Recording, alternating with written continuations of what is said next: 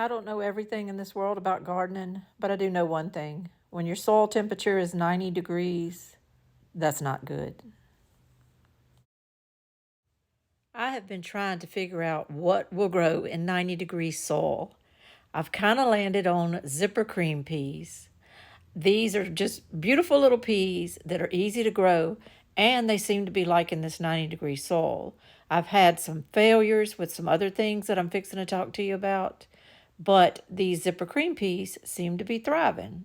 So I put them here where I took out all my cherry tomatoes, and that's what I'm going with right now. And I think I'm going to put them all over the place in my yard. I find zipper cream peas to be the easiest cowpea to grow and to shell. They're green when they start off, but they turn whitish when they're ready to be shelled, and they're very easy to shell, and they are delicious. I've tried, in spite of everything in this heat, to get some seeds to germinate in my yard so that I could grow things. Along this little edge here between the peppers and the ramp, the azalea branches, I planted some pole bean seeds, but these were dry pole beans, not snap pole beans like make long pods, but beans you would shell out. Well, nothing came up. Then I planted them again, and only one or two came up. It's been this way all around my yard in spite of my best efforts. That's why I was excited when the zipper cream peas came up. In this area along my carport, I have the two sections. I tried again. I planted them completely thick with dry pole beans. Had very few come up, a few there. Not very many though. Some of what you see is little weeds there. And then I had a few come up down here. Just very, very spotty. On the other side, I did a little bit better. It's a little shadier here. I had those. And then I had a few more down here. And some of them even started climbing up on the metal, which was good because that showed they were setting off runners. But still, it was very spotty in some areas, and they didn't get as thick as I wanted them to get. I had even worse luck in the front of my property. Here's where I had planted the Dallas Edwards pole beans. They did terrible. Over there, I planted the Spanish Musica pole beans. They did terrible. Neither one of those varieties liked it here in South Louisiana. So I took and planted some Texas Longhorn field peas that I had. They were supposed to be climbing, very vigorous, and it even told me on the package to plant them no earlier than the first week of July. So I did that. 176 seeds. 0 came up in this 90-degree soil heat. 0, even though they were meant to be planted in the summer. Y'all, that's what I'm up against. This 90-degree soil is frying my seeds. So I just thought I can either quit or I can evaluate and see what I need to do. All of the tomato plants around here just look spindly. They were starting to do so good. They were setting fruit. They had blooms. And then, I've gotten some tomatoes. I'm not saying I haven't gotten tomatoes. But they have just become so spindly and so tired looking. I probably should just go ahead and pull some of them out. These look terrible. These are my Robe Mountain Tomatoes, which were doing so good. And they look so bad now. I probably should just pull them out. But I'll be honest with you.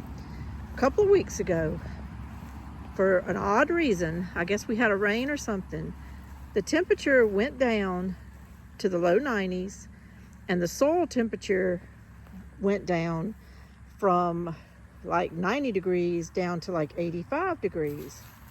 Well, just in that little couple of days that it did that, I saw a resurgence in some of the things around my yard.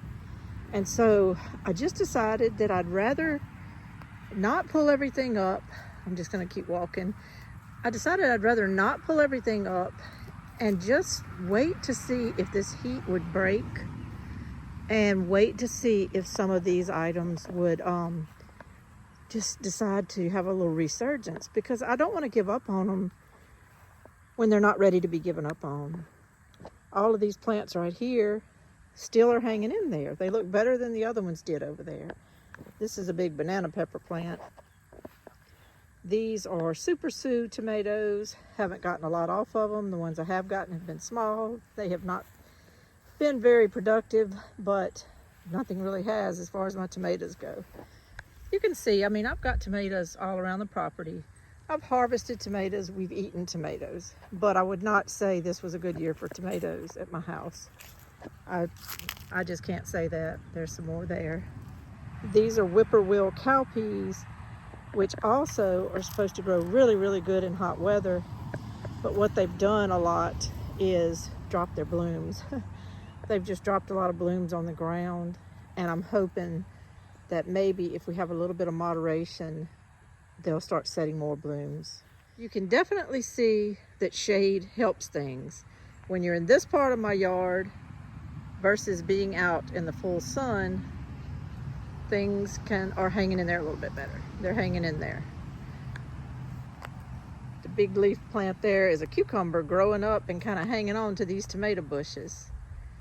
And on the side of the fence closest to me, these are Amana orange tomatoes, which I've harvested some really big ones off of there. And I do have some tomatoes up in there. Some of this has a lot of foliage and you just can't see the tomatoes really well, but they're in there. I harvested the most beautiful tomato I've ever seen off of that whirly red plant right there, but that's about it. There's 3 plants here and I haven't gotten any more. However, these are the bushes that as soon as the temperature moderated the other day, they started putting off a whole lot more blooms. All up in here. The Amana orange did the same. All up in there. So maybe, just maybe, they're just going to kind of have their little second wind, because their first wind, bless their hearts, was so interrupted with this heat. These are my cucuzzas, which were having a big surge there for a little bit. And then even they started looking a little bit tired. I'm doing the best I can with them, and I'm trying to, I have come over here and watered these because I sure want to get some cucuzzas if possible. But I think with all the running they're doing and all the vining they're putting off, see this vine like running out here, it's looking healthy. It's looking pretty good. Mine haven't started setting any fruit yet, but they do have blossoms all over them. And my friend sent me a picture yesterday of her first one, and hers have been growing a lot longer than mine. Well, I guess we've grown them about the same time, but hers got off to a good start. Mine didn't. Mine were kind of just sitting there for a little while, and then now they're doing good. So mine are kind of playing catch up, but that's okay as long as they do something. I want something. My Sea Island cowpeas that I planted here, there, and yonder in a few of these beds are finally starting to take off. These right here in this middle bed that's located by this old stump, it's doing good. They're getting big. I don't see any blooms yet on them, but they're getting big, and I know they're healthy. They look very happy, and I can't wait to harvest some of those. Running on the ground there are my Melon de Castillas, which finally decided to take off as well. There's one running all over there, runs out into the yard. And they have blooms on them. Haven't seen any melons yet, I don't believe, on these, but they do have blooms on them. So I have no idea what a Melon de Castilla tastes like. We're gonna find out. In this long bed over here, where I have my Fair Ozone paprika peppers, they're all out in the middle. I also have some sugar baby watermelons on each end.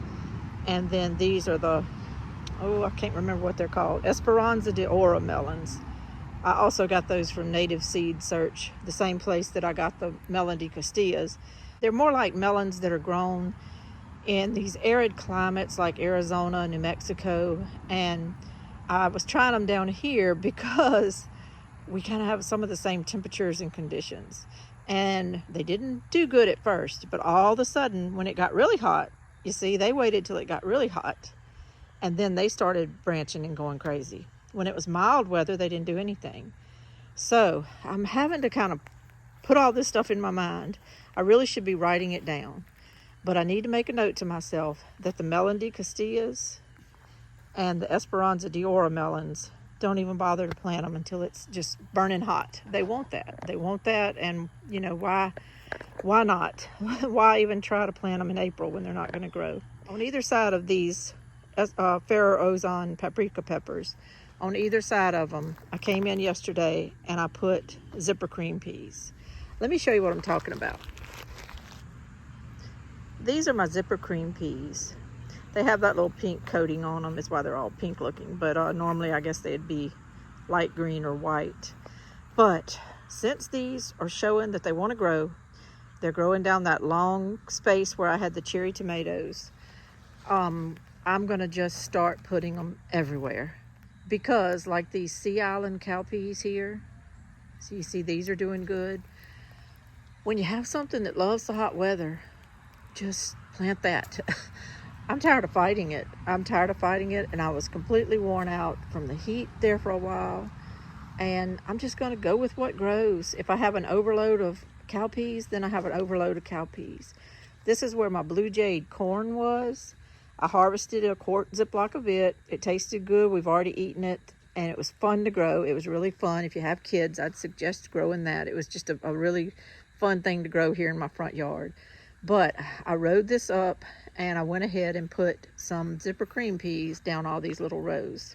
Got a good many seeds in there considering it's not a very big spot. Over here are my Texas cream peas. I planted a lot of those and they're coming up. And actually these are setting pods already. You can see the pods they're all setting. They're still little green pods. There's some pods there. Got all kind of pods. Didn't realize how many of them were already setting pods. And then a lot of them have the blooms everywhere on them. Pretty yellow blooms. Where you see some gaps in these is where I had some zucchinis and some squash that were growing. So like right out in that open part there. So I actually, you know what I'm gonna do? Zipper cream peas. I'm gonna walk through here and I'm gonna plant this whole mist spot area here with zipper cream peas. I've got some little spots up in there that I can do it as well. So the Texas ones will be done and finished before these zipper cream peas ever get going. So why not? It's kind of like succession planting. I'm just succession planting with something different. At the end of my house, on this section where I have more of the azalea branches, this is a mixture of Appalachian pole beans here. They were looking really good, and then they've gotten to looking a little bit shaky this last week. Probably not the best time of year to plant pole beans. These would be snap beans, not dry beans. Probably not the greatest time. Probably shouldn't have done that. My mabambo beans, it's hard to say, my mabambo beans, they actually died. They just couldn't hack it and they died. I hated that. I planted some more of the Appalachian pole beans here because those were doing so good. But those are getting shaky now. I'm looking for these to get shaky. So I may come in here on the back side of this string and go ahead and plant some zipper cream peas there. If there's a nook and a cranny that I can pop a zipper cream pea, I think I'm going to do that. Back behind my corn patch, where I grew my potatoes, I had planted some rows of Kentucky Dreamer green beans. They came up and they were doing so good, and they started blooming, and then the heat got to them. And they hardly ever got around to setting pods. They finally did start setting some pods, but they've had no growth to them. Like the pods come on there, and then it's just, they sit there, and then they dry up. So what am I gonna do? I'm gonna pull them out. I'm just gonna pull them out, and on these rows, there's a row there, it's hard to see, 1, 2, 3, 4. I'm planting 4 rows of zipper cream peas. I'm gonna have more zipper cream peas than Carter's got liver pills, but I am not wasting this soil and the time. I was trying something. I was trying to see, my experiment back here was, will some more green beans grow if I grow them in the shady spot back here? Well, I proved that yes, they will, but they will grow, but they won't set pods right because of the heat that we experienced. Somebody else, some other state, may have been able to grow these just fine right now. But because of our intense heat here in South Louisiana, mine said no go. They're not doing it. So I'm going to pull them up and put zipper cream peas in. You might be wondering, how's the corn patch doing? Well, all the corn that I had growing, my bodacious, which is gone, I harvested it. My Mosby prolific, which never put off anything, so I pulled it out. And my corn patch looks a little bad right now, but it's getting better, and there's some good and some bad in here. You have to look at everything, and it's easier for me to look at it as a whole picture since I'm standing here, but I'll do my best to convey my good and bad from this corn patch. This right here, you see all this growing, and I'm proud of this. This is my Landrace project that I'm doing for corn. I just planted miscellaneous seeds of 4 or 5 different varieties, mostly dent corn, and all of them were field corn. And I just said, if you grow, you grow. If you don't, you don't. Well, some of it has lived up to what I said. This row here has had next to no growth, except a little bit back there. A little bit back there, but I don't really hold out a lot of hope for it. Who knows, it might. This row here had a couple of good stalks, a missed spot for some reason, and then some more back there. But all to the back there did terrible.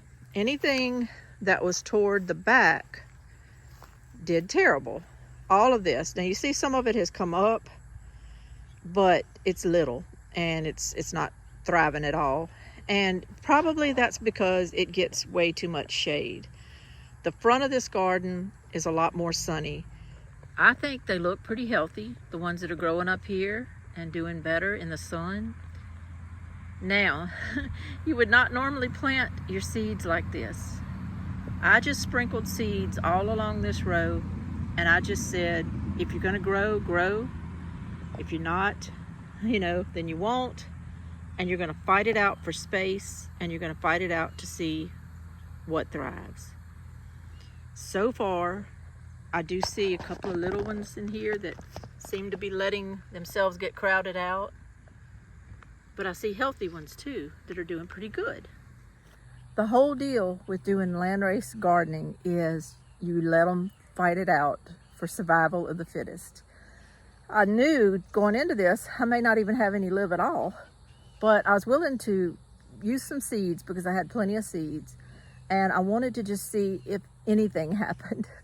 Well, I have seen some failure because I had a lot of it not come up. Some of it did come up, but it's not thriving. So yes, those seeds kind of are wasted because they're not doing anything. But on the other hand, what has come up, it's not over yet. It's not over. It's growing pretty good. It seems like when I drive in and when I walk out here and look at it every day or so, I can even visually tell it's getting a little taller. Sometimes when you're watching things every day, you can't tell, but I can usually kind of walk out here and say, oh, that corn is still growing. So that's a good thing. It's not over though. Some of that corn was 100-day corn, and it's probably been planted a month or so. I'm not a very good person with keeping up with exactly when I plant things. These videos are kind of a good documentation for me. I can kind of go look back and see if I can pinpoint a date, but I don't really remember when I planted this. But it's growing. It's growing. We shall see. So what are the plans for my corn patch? What else is going in here? What am I going to do? Well, what I'm going to do, and it may not be popular, but I've made a decision and I'm excited about it. I'm going to get me a tiller. I had my friend come and till this patch to begin with. My neighbor came and tilled my other corn patch on the other part of my property. I do not want to depend on people to have to come do things for me. I do not want to have to ask people to come back later and till things under, like cover crops, and come back and till it for me again in the spring. I don't want to rely on other people, even though I know they wouldn't mind helping. I want to do things myself. I know there's arguments against tilling, and I get it. And I don't plan on just tilling willy-nilly all the time. But what I need to do is I need to take down the grass that has grown here. You got to understand, this was complete grass when my friend tilled it up. It was complete grass. And so grass is going to come back because it was just a big seed bed. Yes, I could tarp it. Yes, I could. But I'm going to till this under, all this behind the corn. I'm going to plant cover crops all up in here for the fall and winter. I don't know what yet. I've got sorghum seeds. I've got oat seeds. I was reading something in Will Bonsall's book, which I really love to read, and he suggested doing the oat seeds, and once they get to a certain height, to then go in and put clover seeds in. You don't want to do it at the exact same time because the clover will choke out the oats. But anyway, there's a certain way and a certain timing of it that he gave, and I understood it and I wrote it down, and I might do that. If I do, I'll show it to you. But I'm going to probably get a tiller for different reasons, but to come through here and kind of get a hold of this corn patch and get rid of some of that grass and get the ground ready for my cover crop. That's my goal with this. And I need some help with it. So I want to get a tiller so that that'll be my help. And I don't have to rely on other people coming over and helping me with it. But also there's another reason. I have never really dealt with my backyard on my videos too much. Planted a couple little things. Nothing really made it. Bad time of year, I guess, to plant things when I did back here. But my backyard is a desolate patch. It's got beauty in it with the trees, and I can look down at a lake that's down at the bottom of that hill. But in general, it's just desolate. I haven't done anything along the back of my house. I don't really know what I want to do. But to do anything, I want a tiller. I'm probably not going to make a big long porch going from door to door. I may or may not, but I don't think I am. I think you have to get rid of these steps at some point. They're only made for a few months. They're not going to last. They tell you that when you buy your trailer. So I need a good little, small, serviceable little porch just coming out of this door and then coming down some steps. I think I can handle that on my own. I think I can build that on my own with a little railing just to get out of that door to come outside if we had to come outside to do the dogs or something. I think sometimes it's good to live somewhere for a little while to see how you live before you just jump in and invest a lot of money and time in something. Before we moved here, I had intended on making a big, long, nice back porch back here, possibly even cover it. And my husband kind of had said he would want a TV outside, so it would have to be covered. And it was going to be a gathering place to where we could have a little overflow if we had people over. People could even eat out here on little tables and stuff. And that sounds good, and it would be good. It would be fantastic. But the truth of the matter is, our house has been fine. We have had some big gatherings in there with a lot of people, and it's working out fine. Our living room's kind of big. I have a big dining room. I have a bar to put food on, plus there's extra chairs at the bar. It's working out fine. I was thinking we would need an overflow living space, but we really don't. And why spend the money on a bunch of lumber and a bunch of labor, and especially when you're talking about roofing it and all, when we don't really have to have it? And that's kind of what I'm trying to be as practical as I can these days. Be practical. We don't really need it. I don't even hear my husband talking about it anymore. I was doing most of the thinking about it for his sake, to give him an extra little living area so that he wasn't always in the den, always in the lift recliner that he has. I was thinking about it for him, but he really just enjoys sitting on the carport over there. That's where he sits in the evening in the shade. He reads a newspaper, he watches the dogs, he watches the traffic. I think he likes the movement out there of being able to see who's coming up and down the road and who's coming up and down the driveway. I don't think he necessarily wants to be back here in the back of the house. And since he's not mentioning it, I think I'm just going to let it go.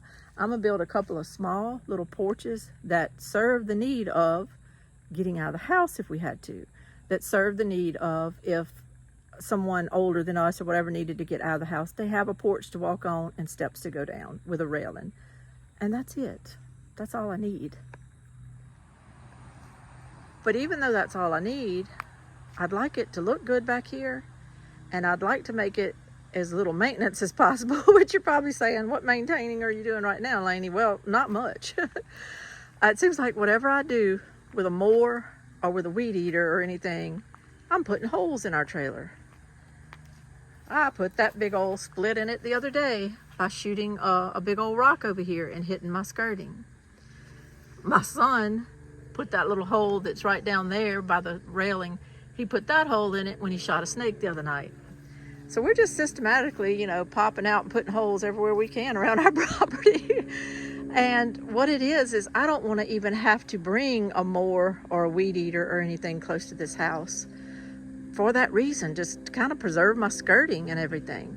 So once I have the porches and they're built out, I think I'm going to take a tiller. That's another reason I want a tiller.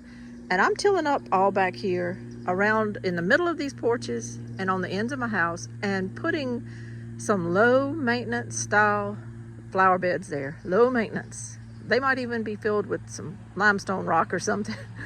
But something decorative, something pretty, something that the mower doesn't have to go up close to. But look back here. This is a big open area. It's got some growth of trees above it, but it actually stays pretty sunny during the day. I think the reason that it doesn't have grass is because this is kind of the bottom of the hill, and all the dirt kind of runs this way. It's like, this is more silty. It's more silty dirt than it is in the front. The front has good dirt and grows a lot of grass. Back here, it's more sandy silt because it just runs this way and sits. And then I think that's why the grass doesn't grow. When it's really pouring rain, this is very wet back here and you can visually see it running down the hill. But how do I use that to my advantage? Well, I think that's what I'm going to do with my tiller. I think I'm putting me a garden out here, just kind of like out in the middle out there. I'm going to wait until I see where the sun is really well, and then I'm going to put a garden out here, and I'm going to grow things that may not need that full sun all the time. I'm going to grow things like corn salad back here. And I think I could even put some greens like turnip greens, 7-top turnip greens. I could put some collard greens, some mustard greens, and things like that back here that would grow, that it really doesn't matter when it starts turning cold, that they'll still kind of grow. And it does get sun back here. I'm not filming at a time when there is sun, but it does get sun. And that would give me a use for this backyard. So I think I'm going to put that tiller to use, and I'm going to churn it up and make some gardens back here. Once I do it and make the garden, I probably won't till all the time, but I need help getting it started. And when you use a tiller, it's not always just for a vegetable garden. Like I said, I need it to help me put some flower beds in. I just kind of need it to help out, because if it all has to depend on my sweat equity sometimes, it's hard for me to do a lot of this by myself. And so I'm going to get a tiller, and I have no qualms about it, and I'm excited about it. This wasn't really a garden tour. I was just kind of showing you different things, good and bad, going on around here. This heat has beat me a little bit more than I thought. I wasn't going to let it beat me, but it kind of has. And it kind of drove me in the house there for a little while of just barely even coming out into it. It was so unbearable. It's hard to explain. When you have a heat that is accompanied by a lot of humidity, it's oppressive. I worry because my son works out in it a lot, so I worry about that. And I know my limits. I'll come out here and do some things, and then if I start to feel the least bit weird, I just say, that's it. I'm going inside for a little while. And I go drink and put some fluids in me and rest. And sometimes I can't sit on my furniture or anything. I have to come inside and sit in the metal chairs in my dining room because that's the only place I can sit. I come in dripping with sweat, and it ain't pretty, but that's the way it is. And sometimes doing that over and over again can just wear you down. And after a while, you just say, all right, heat, you can have it. You can just have it. So you have to just think, well, what can I do about it? Do I quit and go inside, not do anything? My solution is going to be these zipper cream peas. I'm just putting them everywhere. I'm putting them everywhere. I've had some planted a while. Some of them I haven't planted at all yet. Some of them I just planted this week. So it's going to all work out. I'll just have a succession of them all over my property in all different spots. And that'll be okay. As long as I've got something growing, it gives me confidence and I feel good. I have to keep something growing really to feel like I'm doing something against this tide that seems to be enveloping us all. I have to feel like I'm doing something, and putting seeds in the ground does that for me. But you do have to keep planting. Last night I sat in my den at my coffee table. I had my laptop out with my spreadsheet on it for all my seeds, and I started a new inventory. I've planted so many different things this spring that my seed inventory is not accurate anymore. So I started doing that last night, going through my drawers full of seeds. I've got 2 or 3 more nights ahead of me of doing it, but that's okay. Because what I'm doing as I do it is I'm looking at what I need to be planting now for the fall, what I might need to plant late in August for the fall, September for the fall, what will overwinter, and I'm starting to make a lot of notes, and that is going to keep me hopefully on track. And it's exciting me again. This heat wanted to take the life out of me, but I'm not gonna let it. I do things like that, even though it drove me in the house. I say, okay, well, what can I do while I'm in the house? Well, last night I was like, I'm looking at my seeds. I'm gonna start inventorying seeds. I'm gonna start making myself get excited again about gardening. I'm not gonna let this heat beat me. So it kind of does, but then it doesn't. I try to take back that ground. I try to take back that hill and I try to win, because I love what I'm doing when I garden, and I don't want this heat to suck all the life out of me, you know? And so I know everybody else is in that situation too. I know it. And I keep hearing people talk about their heat waves all over the place. And take care of yourselves and all, but stay excited about it. Stay happy. Look at your seeds. What you're going to be planting here shortly for the fall. Get excited about that. Go to the store and look at seeds. I've been to a couple of stores lately, and they haven't really had a big selection of seeds, but I'm there looking. I'm there looking and thinking. So just do that. Just do that. Keep yourself going. Y'all have a great day. Thank you for joining me on this little walk around my yard. I highly recommend zipper cream peas. They're actually delicious. They're one of my favorite ones to can. They're big and green. They're like a light green, but they're beautiful. And when you jar them up and you can them, they stay really big and they're beautiful and they taste good. So I highly recommend zipper cream peas. Google it or go to your co-ops and see if you can find some.